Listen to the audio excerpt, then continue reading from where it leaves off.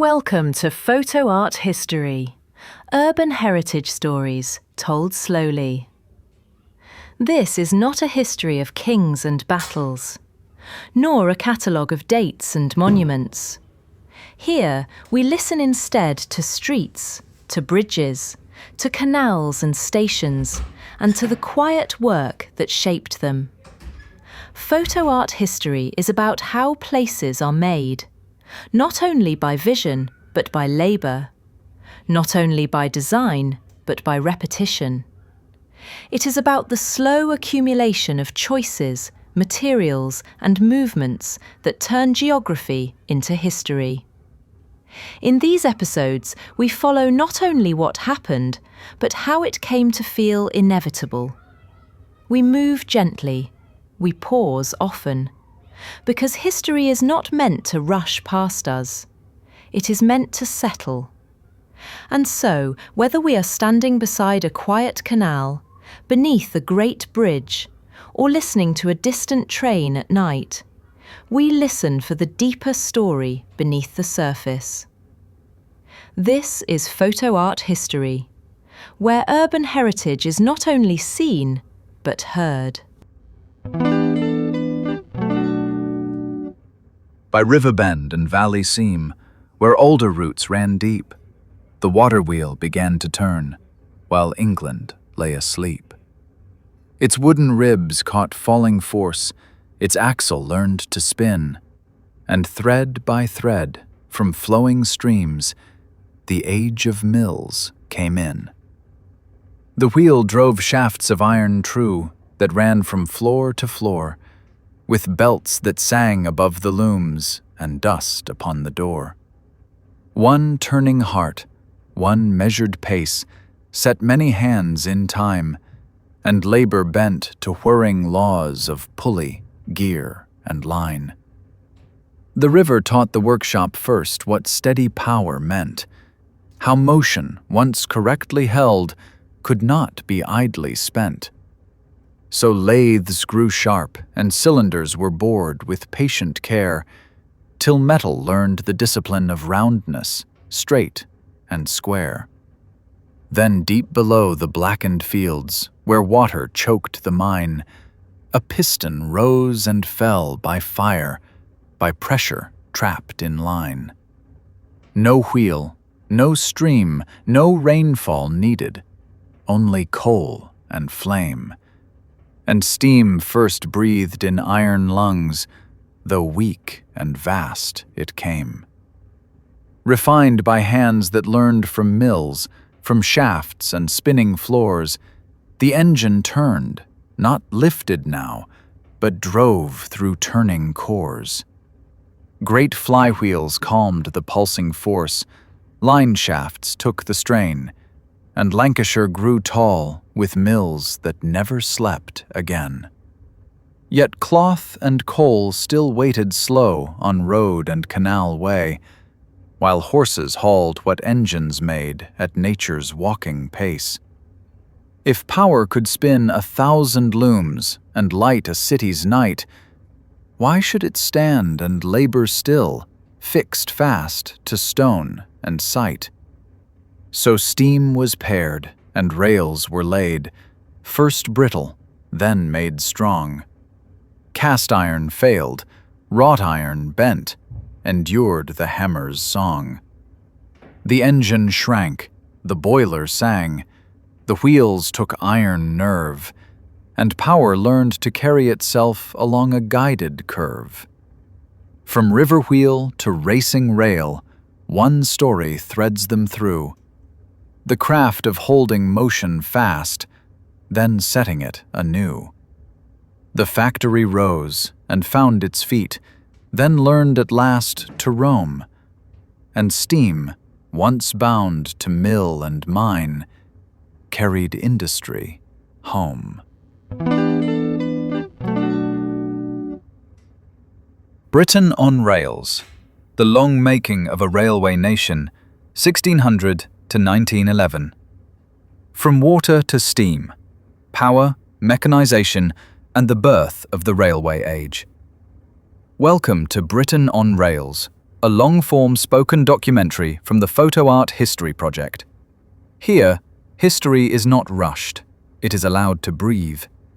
These episodes explore how places are shaped not only by kings and wars, but by work, materials, and the quiet power of invention. In today's program, From Water to Steam, we follow the hidden engineering story that leads toward the railway age.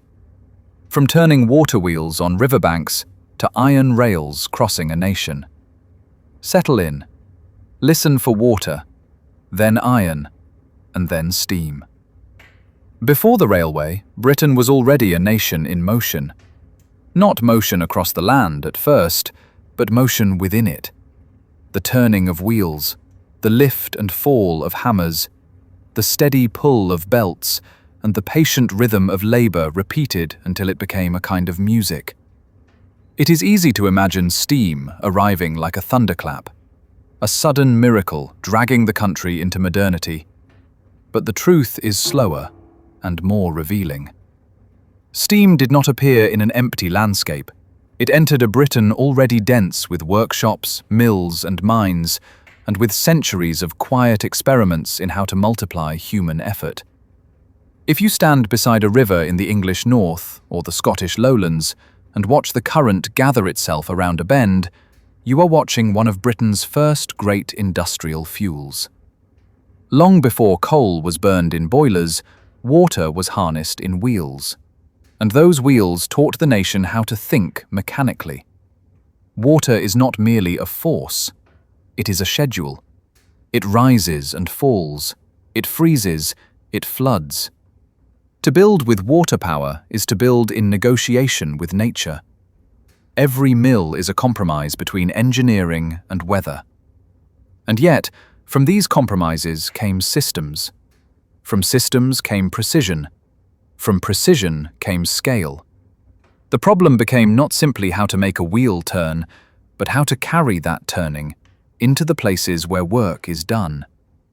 Because a railway is not, at heart, an engine. It is a solution to movement, a way of guiding force along a chosen path, where falling water gave greater force. In both cases, the wheel became a hinge between nature and labor. Buildings were shaped around power, not merely to shelter workers, but to organize motion itself. You can still read this logic in old mill towns. Rivers narrowed, channels cut, weirs built. The landscape reshaped into a machine. But water imposed limits. Factories had to go to rivers. Industry became bound to place. A dry season could silence production. A flood could break a wheel. And yet, within those limits, something remarkable emerged. A culture of mechanics, of maintenance, of tolerances, of reliability. Millwrights, smiths, carpenters, and engineers learned to think not only in materials, but in motion. This was the quiet workforce that would one day make steam practical and railways inevitable. Chapter 2. Mechanization begins. The next great step is not steam, it is organization. Once a wheel turns, the deeper question is no longer how to create motion, but how to share it. In early mills, power does not travel invisibly. It travels in wood and iron, along shafts, across belts, through pulleys that turn with a soft, relentless patience. A great horizontal shaft carries the turning from the water wheel. From it branch smaller shafts. From those, belts descend or rise. And slowly, carefully, motion is distributed through the building. This is where the factory becomes a diagram, not merely a place of shelter, but a map of power. Machines are placed not only for convenience, but for their relationship to motion. Work begins to orbit around the turning shaft. This is a subtle revolution, not loud, not dramatic, but enduring. Because for the first time, power is no longer tied only to a single point. It can be carried, split, redirected. As mechanized spinning and weaving develop, these systems grow more intricate, not because the idea is difficult, but because the consequences are demanding. A slipping belt can ruin a day's production. A misaligned shaft can shake an entire floor. A broken bearing can silence a building. And so a new discipline emerges, a practical science of motion, of tolerances, of wear, of maintenance. This is where engineering ceases to be merely inventive and becomes systematic. And something else begins to change. Time. When power is shared across a building, work becomes synchronized. One wheel slows, and everything feels it. The factory begins to breathe as a single organism, pulsing, resting, straining. This is not yet the railway, but it is already the logic of the railway. Because what is being learned here is not how to move people, but how to move power, predictably, reliably, across space. Once a nation learns that, it is only a matter of time before power begins to carry itself. Chapter 3. The Limits of Water. For all its quiet strength, water has boundaries. It offers power, but only on its own terms. A river flows when it will. It swells with rain. It weakens with drought. It freezes. It floods. For the mill owner, this means uncertainty. A wheel that turns today may stand silent tomorrow, and silence in an industrial world is costly. As production grows, as markets expand, and as demand begins to outstrip local supply, the limitations of water become increasingly visible. Some valleys grow crowded with wheels. Each mill competes for flow. Each weir alters the river for those downstream. Energy, once abundant, becomes contested. And yet, the ambition of industry does not pause politely for the seasons. Contracts are written, wages are owed, orders must be met. Water cannot promise this. It offers power, but not control. And so a deeper question emerges.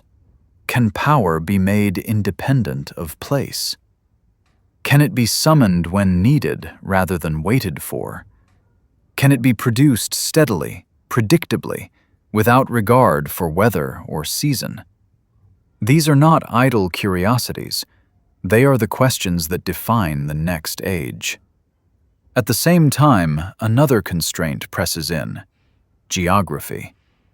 If power comes from rivers, then factories must follow rivers. Industry becomes tethered to valleys and falls. Growth becomes shaped by terrain rather than by intention. But coal lies elsewhere. So do ports. So do markets. And slowly, inevitably, the logic of water begins to feel like a constraint rather than a gift. This is the moment when water ceases to be the future, not because it has failed, but because it has been outgrown. The industrial world begins to desire a new kind of power: portable, scalable, indifferent to rivers. It desires power that can be summoned by human will rather than negotiated with nature. And in that desire, steam quietly begins its ascent. Chapter 4. The Rise of Steam. Steam does not arrive in a blaze of glory. It arrives quietly, almost humbly, as a servant to water rather than its rival. The earliest steam engines are not built to drive factories. They are built to remove water, to pump mines dry, to reach deeper seams of coal where human muscle and animal labor can no longer cope. In this way, steam is born underground, not in open air, but in darkness, not as motion, but as pressure. The atmospheric engines of the early 18th century are massive, slow-moving structures. They breathe in steam, then collapse it into vacuum, using the weight of the air itself to drive their pistons. They are not elegant, they are not efficient, but they are relentless. Day and night, rain or drought, they do not wait for rivers. They answer only to fire. And this is the quiet revolution. For the first time, power is no longer borrowed from the landscape. It is made. Fire heats water. Water becomes steam. Steam expands. And in that expansion, force is born. This force is invisible. It has no current, no falling motion. It exists only within iron and fire. At first, steam does not replace water. It complements it, pumping where water cannot reach, supporting where water fails. But over time, something changes. Engineers begin to ask a new question. If steam can lift water, can it also turn wheels? If it can push pistons, can it be harnessed for rotation? This is where steam begins to step out of the shadows of the mine and into the daylight of industry. Refinements follow. Condensers separate heat from motion. Fuel is saved. Power becomes more predictable. And slowly, steadily, steam learns to behave like a gentleman. Disciplined, repeatable, reliable. This is not spectacle. This is maturation. Because only when steam becomes reliable does it become revolutionary. And in becoming reliable, it quietly prepares itself for motion beyond walls, beyond buildings, and eventually, beyond place itself. Chapter 5. Power transmitted. From mills to motion. By the late 18th century, Britain has learned something quietly profound. Power does not need to remain where it is made. It can be guided, divided, redirected, and shaped to purpose. This is the invisible inheritance of the mill, not the wheel itself, but the idea that motion can be organized. In factories, shafts carry rotation through space. In time, engineers begin to imagine motion carried not through rooms, but across landscapes. The principle is unchanged, only the scale transforms. A crank becomes an axle, a shaft becomes a driving wheel, a belt becomes a rail. Where once power was passed through leather and wood, it is now carried through iron and steel. This is not merely mechanical adaptation. It is a change in imagination. For the first time, engineers begin to think of power not as something that turns tools, but as something that moves itself. This is where the railway is conceived in spirit, long before it appears in iron.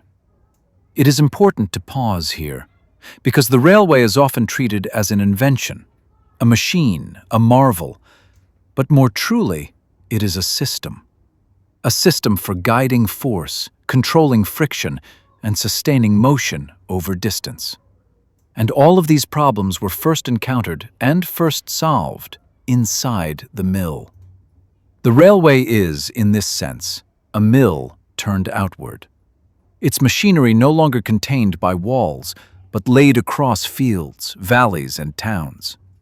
Power no longer turns things in place. It carries itself across space. And once power can move itself, everything else begins to follow. Goods, people, time. Chapter 6. Iron roads before railways. Long before steam learned to travel, the railway already existed.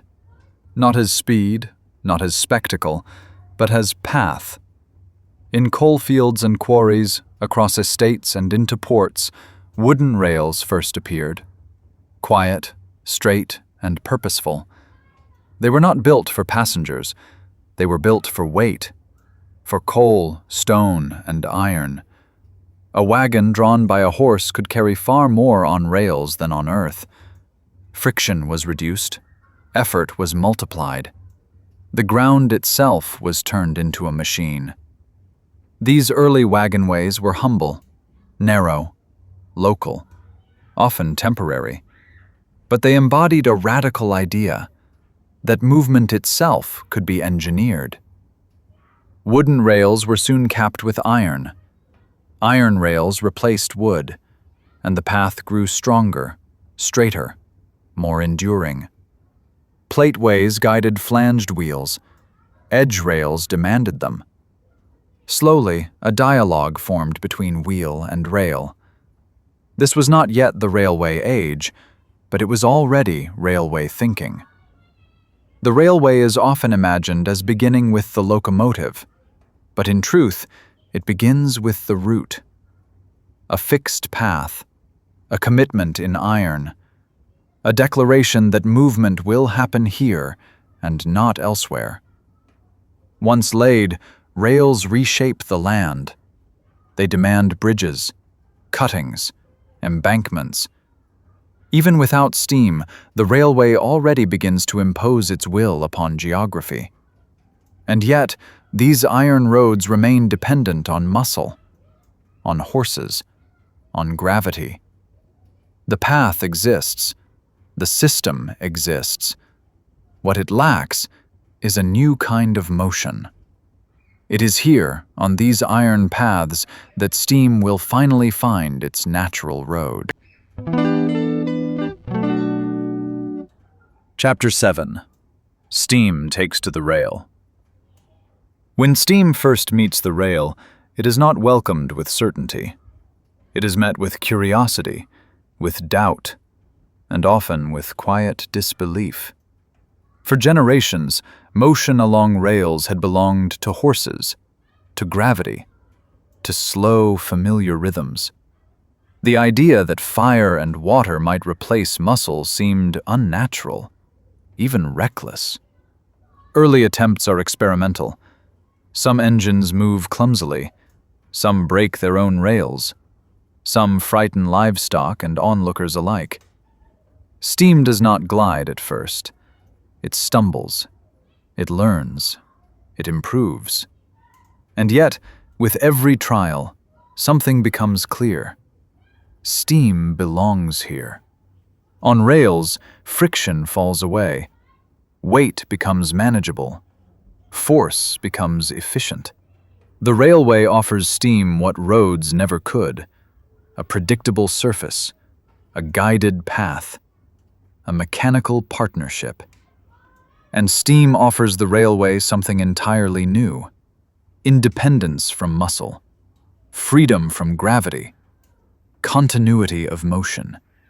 This is the moment when power begins to carry itself across the land, no longer confined to buildings, no longer bound to rivers. A machine moving, not driving tools, but pulling the world behind it. What had once been a system for guiding wagons now becomes a system for moving societies. Distances shrink, journeys accelerate. The horizon itself seems to retreat, and something deeper shifts. Time begins to move differently, no longer measured only by daylight and labor, but by schedules, by departures, by arrivals. The railway does not merely move things faster, it teaches a nation to think in motion. And once a nation thinks in motion, it can never fully return to stillness. Chapter 8. The Railway Nation is Born. When the first great railways open, they are not merely new routes. They are new ways of imagining distance. Cities that once felt far apart now lie within a day's travel. Markets widen, labor moves, goods flow with a steadiness never before known. But the deeper change is not in speed, it is in coordination. For the first time, Britain begins to move as a single system. Trains must meet, paths must align, movements must be predicted, not merely observed. Time itself is reshaped. Local noon gives way to railway time. A shared clock begins to govern a shared space. This is not a technical change, it is a cultural one. The railway teaches Britain to live by anticipation, to think ahead, to expect arrival. Stations rise like new civic temples. Their roofs echo with steam and footsteps. Their clocks look down upon crowds learning to wait together. And waiting itself changes meaning. No longer passive, but purposeful. The railway does not simply carry people. It gathers them, synchronizes them, orders them in time. Villages become suburbs. Seaside towns become destinations. Workplaces separate from homes. The rhythms of daily life begin to follow iron paths, not visibly, but completely. And slowly, almost without announcement, Britain ceases to be a collection of regions and becomes a connected whole. This is the railway nation, not built only of iron and steam, but of shared time, shared movement, and shared expectation. A nation learning to live in motion. The engine learned to move at last on rails of measured span, a furnace heart on turning wheels, the work of fire and man. It left the mill, the yard, the pit, the river's narrow reign, and carried power outward now, across the widening plain. At first the iron fractured hard beneath the pounding load, cast rails that cracked like winter glass along the wagon road. But hammers rang in smoky sheds where glowing billets lay, and wrought iron bent and would not break to find a longer way. The boiler swelled, the pistons drove, the valves learned when to breathe, each motion timed by human hand and measured to a leaf. From workshops thick with oil and soot, new disciplines arose, the science born of practice first, before it learned its prose. Great furnaces along the line drank coal and air and night, where steel was born from tempered fire and cooled to carry might. No longer soft, no longer short, the rails ran straight and far, binding town to town as if they were a single yard. The stations grew like iron halls where clocks replaced the sun, and time itself was cut and set to match the engine's run. The whistle spoke in measured calls across the waking land, a language shared by port and mill, by labourer and hand. With steel beneath and steam above, the engine learned its speed. Through cutting, curve and climbing grade, it answered every need. Coalfields fed the furnaces, mills fed the rolling rail, and cities swelled where iron threads converged in smoke and hail. What once was craft and place and pace became a wider frame, a nation taught to move as one by pressure, heat and flame. The market spread, the people moved, the night grew bright with work, as distance bowed to turning wheels and time was made to serve. From steam to steel the story ran, not sudden nor complete, but shaped by hands that learned to hold both power and restraint. For in the rail and furnace glow, one truth was hammered clear, that motion, once made strong and true, could carry whole lives near. Chapter 9. Steam, Steel, and Society. Once the railway is established, it begins to fade into familiarity, not into insignificance, but into background. Its presence becomes assumed, its absence unthinkable. Cities grow along its lines, factories gather near its stations, housing stretches outward along its reach. Work and home drift apart, connected daily by iron threads. The railway begins to define the shape of the modern city, not through grand plans alone, but through quiet repetition. A bridge here, a cutting there, a station becoming a neighborhood. Railways do not merely pass through towns, they sculpt them. And beyond the city, they reshape the countryside. Viaducts stride across valleys, embankments redraw fields, tunnels carve unseen corridors through hills. The railway becomes part of the landscape, and the landscape becomes part of the railway. But perhaps its deepest transformation is social. The railway alters who can go where and how often. It carries workers to factories, families to seaside towns, and ideas from city to city. It dissolves some boundaries, even as it creates new ones. It enables migration. It enables commuting. It enables escape. And with these, it quietly reshapes identity. The railway does not merely carry society. It becomes part of how society understands itself, as something that moves, that connects, that does not stand still. And yet, even as steel spreads across the land, the older rhythms do not vanish. Rivers still flow, roads still wind, footpaths still cross fields. The railway does not erase the past, it layers upon it.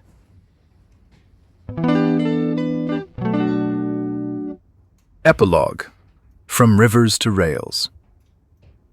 If we return now to the river where our story began, it is still flowing, quiet, persistent, unconcerned with what has risen beside it. Some mills stand empty now, some wheels are stilled, some channels run dry. And yet the logic they taught remains. To guide force, to shape motion, to organize energy into purpose.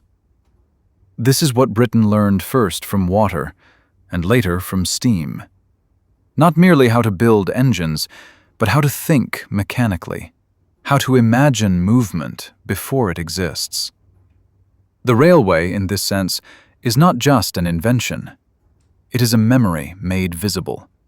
A memory of wheels turning in valleys, of shafts spinning in mills, of power patiently learned.